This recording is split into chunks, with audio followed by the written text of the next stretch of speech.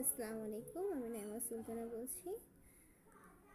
যারা আজকে সংসদে নবনির্বাচিত সংসদে ত্রয়োদশ জাতীয় সংসদে শপথ বাক্য পাঠ করছেন, সবাইকে জানাই অন্তরান্তস্থল থেকে শুভেচ্ছা অভিনন্দন।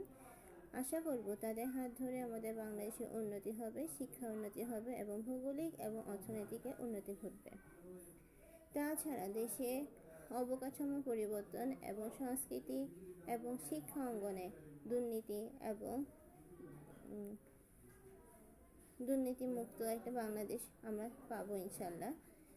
তার সাথে সাথে বলতে যাচ্ছি, যারা আমাদের শিক্ষা ব্যবস্থায় অবকাঠামো পরিবর্তন করবে, সংস্কৃতি পরিবর্তন করবে এবং আমাদের সমাজকে আরও উন্নত স্থলে পৌঁছাবে, বিশ্বের মানচিত্রে বাংলাদেশ একটা সুন্দর বাংলাদেশ পাবে ইনশাল্লাহ, সেই আশা জ্ঞাপন করছি। তার সাথে জ্ঞাপন করছি যারা আমাদের ৭১-এ শহীদ হয়েছেন এবং ২৪-এ শহীদ হয়েছেন, সবার রুহের মাগফিরাত কামনা করছি।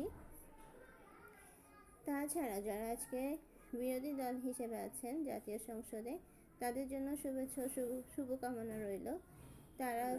তারাও ভালো পরামর্শ দিয়ে সংসদে দেশকে আরও উন্নতির দিকে এগিয়ে নিয়ে যাবে, সে আশাই ব্যক্ত করছি। আল্লাহ হাফেজ।